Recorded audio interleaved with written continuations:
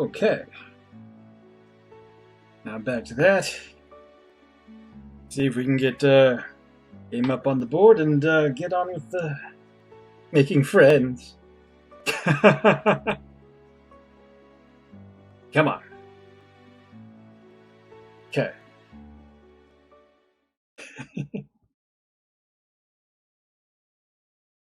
Alright. Alright, so many friends from last time. Alright. Oops. Hey, nope. I accidentally published the buy more button. I don't need the buy more button. Another night, another long, long walk. Despite the blisters, you've started to feel truly optimistic. You've got a lot going for you these days. True, you're still technically a castaway on a hostile planet with absolutely no hope of rescue. But if you're completely honest, Earth was pretty shitty too. Sure, 98% of everyone here is a psychopath who would rip your face off as soon as look at you, but it's the other 2% that are really going to make it all worth it. Right. Already met Malek. Try Lynera Skalbi. You've had such good luck making friends lately that you feel almost popular. But at the same time, you feel a strange sense of loneliness that new friendship doesn't seem to penetrate. Maybe being the only one of your species, light years away from home, is starting to catch up with you. Or maybe you're starting to understand why popular kids in movies sometimes seem so sad. A number of trolls now like you, but do any of them truly know you? What you wouldn't give to hang out with someone you have real history with. Someone with whomst you don't have to do the introductory dance of, yes, I'm clearly an alien, no, I don't know what's going on. Someone with whomst you could reminisce about old times. Someone you've hung out with more than once. Right now you're on the outskirts of town, and the rocky outcrops surrounding you are familiar.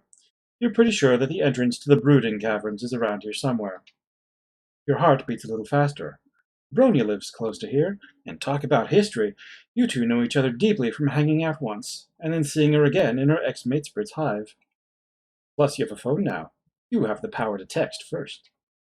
You get out the phone Konyal gave you. Look at you go, reading an alien language and operating alien technology just fine.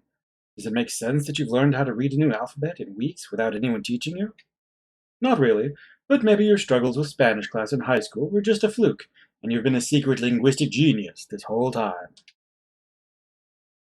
Bronya takes you back immediately, giving you directions for how to meet her in the caves. You head down, but before the Jadeblood hive is in sight, a troll emerges from the shadows. At first you think it's Bronya, but you freeze mid-wave when this new troll steps into the light. Bronya doesn't wear glasses, and she has never glared at you like that. You, I remember you. You were down here a few weeks ago, bothering Bronya and distracting her when we almost had a Lucis stampede. Ouch. Is that really how Bronya has described your adventures together? Maybe it's silly for something that small to hurt your feelings, when another recent friend nearly got you killed in Clown Church, but you like to think you and Bronya formed a real connection. She never made you feel like you were bothering her. A real connection? Is that why you think you can just come down here and text her? Holy shit. Is Lynera reading Bronya's messages? Does Bronya know she's been doing that? That's none of your business. Bronya and I are best friends. I'm just looking out for her.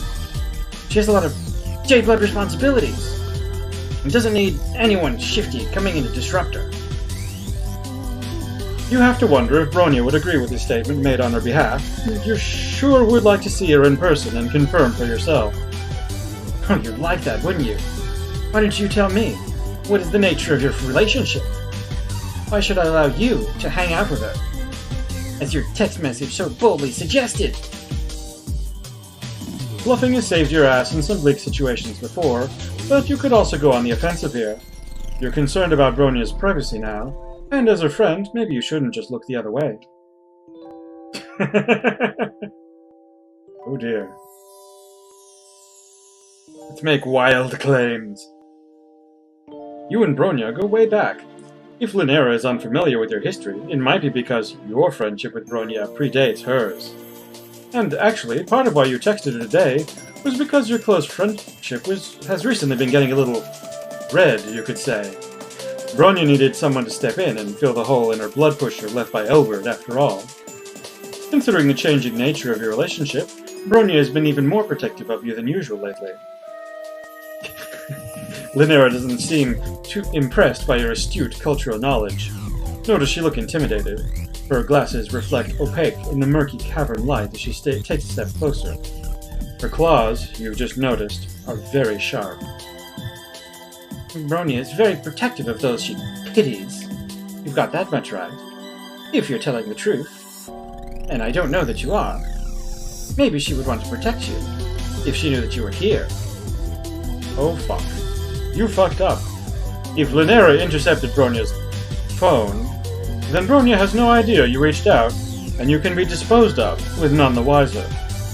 Oh no. Look what you made me do. You had no idea someone in a skirt that long could move so fast. Yipes. Well, it was nice to be alive. Alright.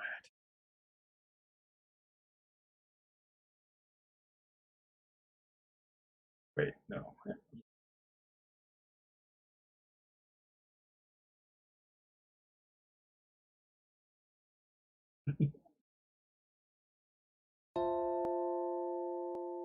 What right does Lynera have to creep on Bronya's phone? You puff up with all the self-righteousness you can muster. The nature of your relationship with Bronya is between you and Bronya, and you're not doing anything suspicious by wanting to see your friend. In fact, it seems a lot more suspicious that Lynera is trying to intercept anyone who messages Bronya. What possible reason could she have to justify that? Well, I never! As I said before, I am Bronya's best friend. I take our relationship, my responsibility as a friend, very seriously. You press the issue, narrowing your eyes and crossing your arms over your chest. Responsibilities as a friend, huh? Sounds kind of fishy. Fishy? Are you serious right now? Are you really coming down here making fish puns? Like some kind of sea dweller? That is so suspicious. Who knows what Bronya decided to show you when you tricked her into trusting you? Not that we have anything to hide, but who knows? If you're at all associated with sea dwellers, we have a pretty big problem on our hands, don't we? You've heard of sea dwellers by now, but none of your friends have talked about them much. Mostly, you've gathered that they dwell in the sea. You don't know why it would be extra bad for you to be one of them, but it's clear you need to backpedal. Before you can try to disown your choice of fish-related phrasing, Lynera advances on you. Obviously, I can't let you talk to Bronya now. You're way too suspicious. I think you and I should have a private conversation instead. At least your life is uneventful when you're unconscious. When you come to, you're sitting on a chair with your wrists tied. As your eyes adjust to the darkness, you realize that you're in a smaller cave than the big open caverns that led to the Jadeblood Hive. A light switches on, and you can see that the cave walls are lined with bookshelves, and there's a desk in the corner. There are books and notebooks, and bulletin boards with what looks like outlines and study guides pinned to them. And in front of you is Lynera, holding a knife. Oh good, you're awake. This is my study cave. In the Jadeblood Hive, it's harder to concentrate because people break the rules and I get irritated, so I come here to do homework. That's all, just homework. When you take a second look at the bulletin boards, you see that a lot of what Lynera has pinned up are pictures of Bronya. There are a few pictures of Lynera and Bronya together, but it's mostly just Bronya by herself, and even a couple blurry photos of Bronya and Elward. What are you looking at? There's nothing to see here. She brandishes the knife in your face, and okay, yeah, sure, now she and her gigantic knife have your full attention, and you're not looking at her creepy Bronya shrine anymore. I brought you here because your messages to Bronya were highly suspicious. I don't know you, and I don't trust you. You could be trying to see Bronya for nefarious purposes. So I brought you here, to vet you. Now we can talk about what your real intentions are. So, you're definitely going to die in this cave, held captive by an unhinged Jadeblood who is convinced of your guilt from the moment you dared to text her best friend. That kind of sucks. You tried so hard, you got so far, but in the end, it doesn't even matter. Oh, come on, stop playing the victim. If anyone is the victim here, it's me. I try so hard to be there for Bronya as her best friend, but she doesn't even. Lynera stops abruptly. You see her lower lip start to tremble before she turns her face away from you. The sharp tip of the knife pointed at your throat droops a bit. Its dejected swing takes it dangerously close to your navel, and you try to subtly lean backwards in your chair. Lynera interprets the noise of distress that escapes your mouth as a noise of sympathy. It's fine, though. Really, it's fine. Our friendship is great. I wouldn't change anything about it. It's fine as long as she doesn't have any other friends. Because I'm her best friend. I should be the only one she needs. Lynera's knife is now completely lowered, pointing at the floor. That gives you some hope. She seems to have forgotten about her Sea Dweller suspicions. Maybe if you can keep her talking about Bronya, the whole stabbing notion can be taken off the table, and she might even let you go.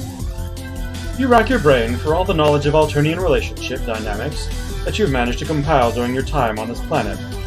Best friends, they have a special word for that, right? You tell Lynera that you're sure Bronya doesn't need anyone else. If she and Bronya are Moirils, then Lynera must be very special to her. What? I never said we were Moirils. That's not even the quadrant that I want her in. I mean, never mind that. How dare you make assumptions? Hello, knife point again. Oh shit. All you meant to say was that you thought her relationship with Bronya was probably fine. You figured they must be in a quadrant together because you're a clueless alien. You're bad. I get why you would think that. It's probably so obvious that my feelings for her are very red. Lynera hangs her head and her shoulders shake. Tears roll down her cheeks, dripping under her crisp shirt collar and the knot of her jade-green tie. I know I don't have a chance. She doesn't think of me that way. I'm her loyal friend and second in command. That's all I ever will be to her, no matter what. And I try to do a really good job at being her best friend. Because what else can I do? If I'm her best friend, then at least I'm still in her life. At least I mean something to her. Maybe it's the fact that Lynera's knife hasn't come close to any of your major arteries for a hot minute, or maybe it's the tears. Either way, you feel sympathy encroaching on the monopoly that abject terror had previously maintained in your brain's economy. You've acted as a verbal sounding board, or a sympathetic ear for some of your other troll friends, while they dealt with crises of various kinds.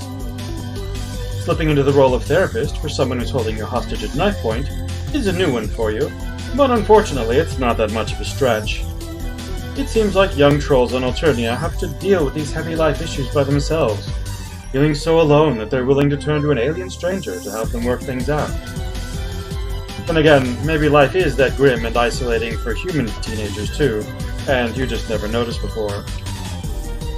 Maybe everyone's too mired in their own shit to look up and realize that the moo-beast fecal matter is waist high for everyone around them too.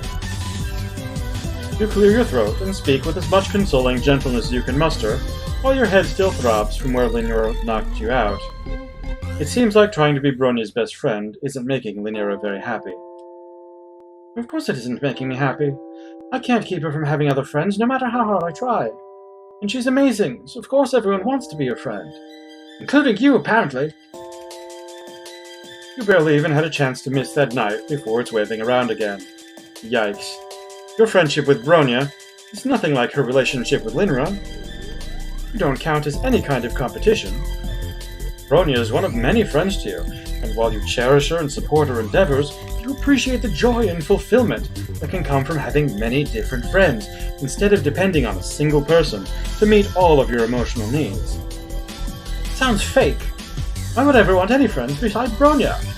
She is my whole world.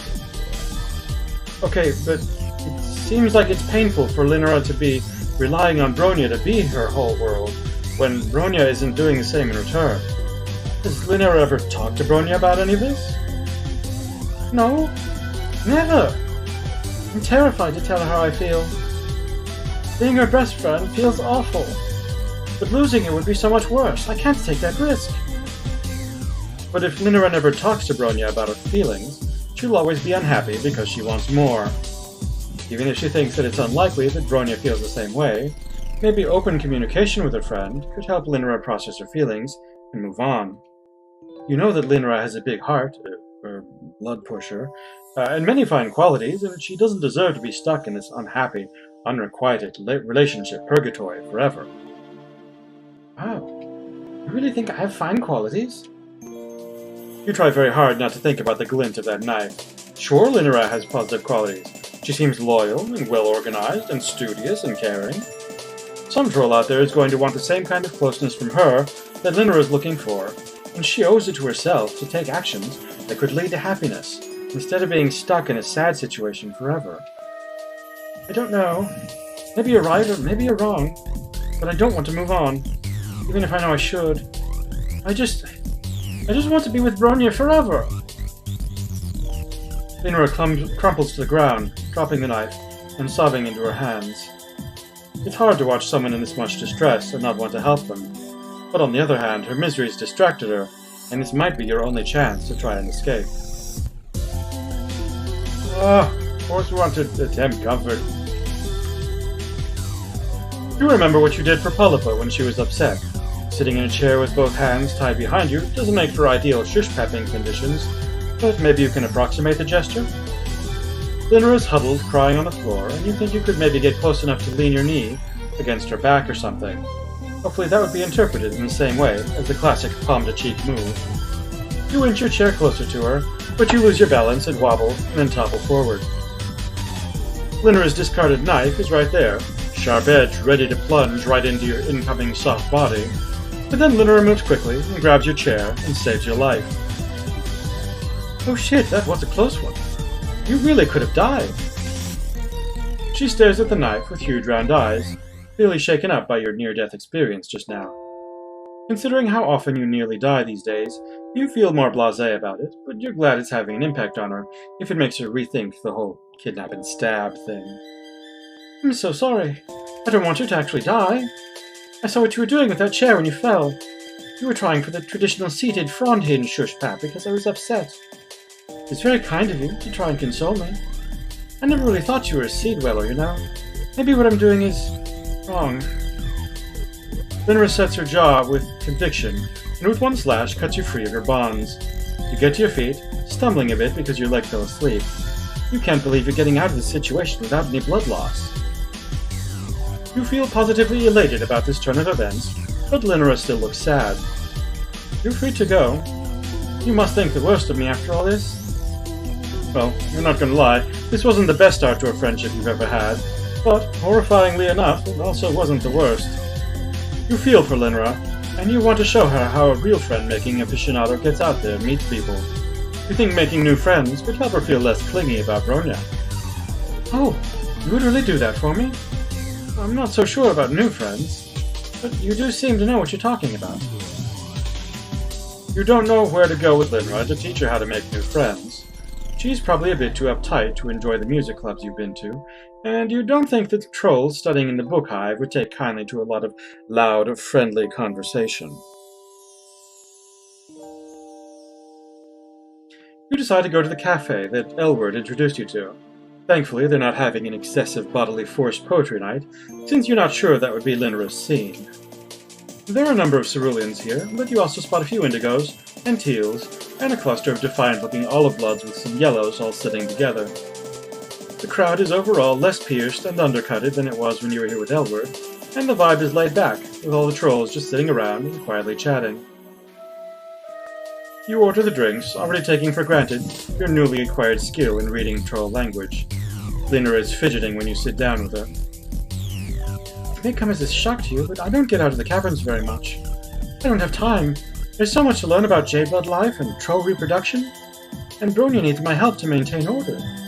It's not very often that I have to, interact with trolls of other blood colors. You're not sure what's making her uncomfortable. The trolls around here that are lower than her are on the emo spectrum, or the ones that are higher. Hold on a second.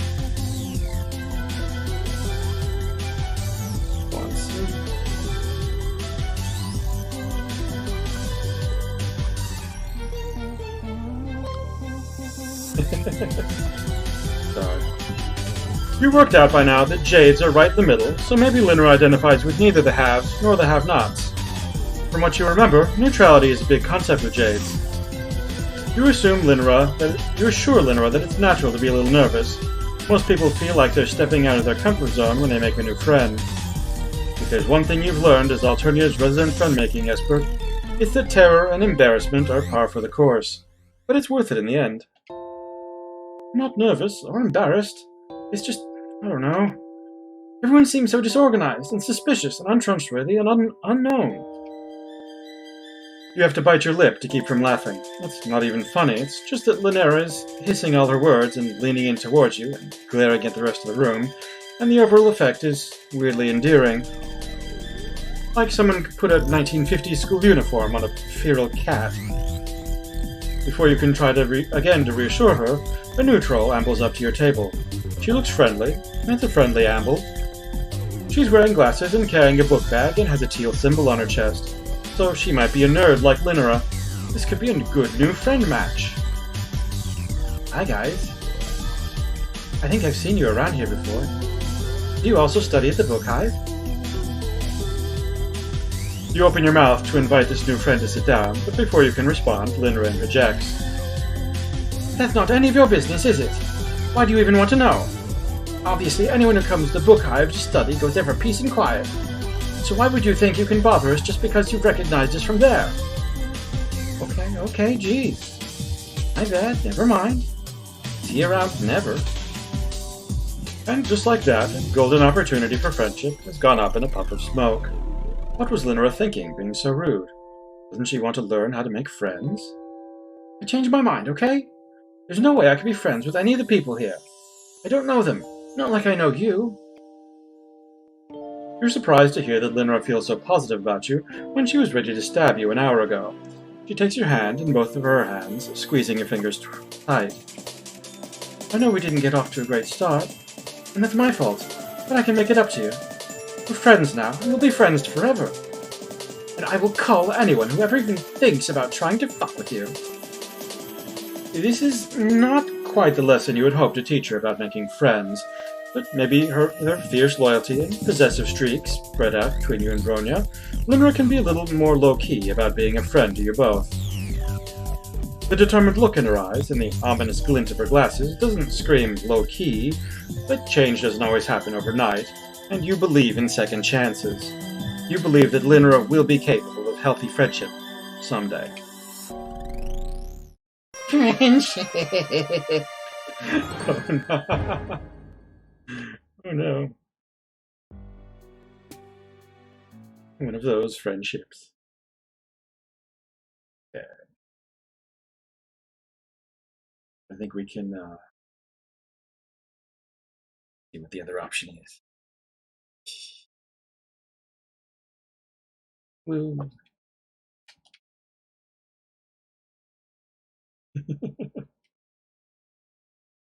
Alright. What right?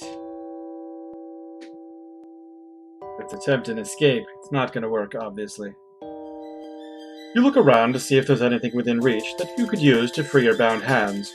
On the desk, a few feet away, you spot a spiral-bound notebook with a nasty-looking edge on its binding. You scoot your chair over, doing your best not to make any noise, but Lynera is too busy wailing to notice regardless. You get hold of the notebook and saw through the rope on your wrists. It was so hard to watch her and Elwood together. Elwood doesn't deserve her. She was so mean. I know she's a cerulean, but I swear if she shows her face in the caverns again, I will go straight for her primary spurt artery. It's a good reminder that Lynera is dangerous. You saw faster, and success. Your hands are now untied. Lynera's back is turned to you while she gets up from the floor, and you take a quick look at the notebook in your hands. It seems to be a carefully annotated and organized scrapbook/diary chronicling Lynera's friendship with Bronya. On the one hand, it's a bit creepy in the context of how you're still held hostage by the person who made this, but on the other hand, it does pull at your heartstrings. But you keep a firm grip on those heartstrings because you've still got to get out of here. When Lynera turns back to face you, you leap from your chair, brandishing the scrapbook in front of you like a shield. If she comes any closer with that knife, you can destroy this scrapbook in an instant with your acidic spit. That's right, your alien anatomy has destructive powers that can vaporize Lynera's precious Bronya memories in seconds. No, you can't! What are you doing? How dare you touch that book? For a terrifying second, you think she might lunge at you, but then Lynera steps to the side, giving you a straight shot to this cave exit. As you scuttle your way towards freedom, you remember your phone. Lynera took it from you when she knocked you out, and you don't know how you could possibly get another one. No way. I'm not giving you anything you might use to contact Bronya.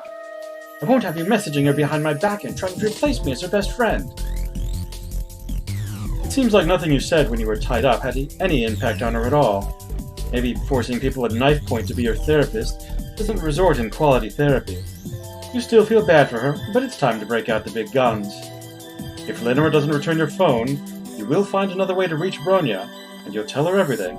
Not only the lowdown on Lynera's stalking and kidnapping tendencies, but also the truth about how Lynera feels about her. Lynera gapes at you.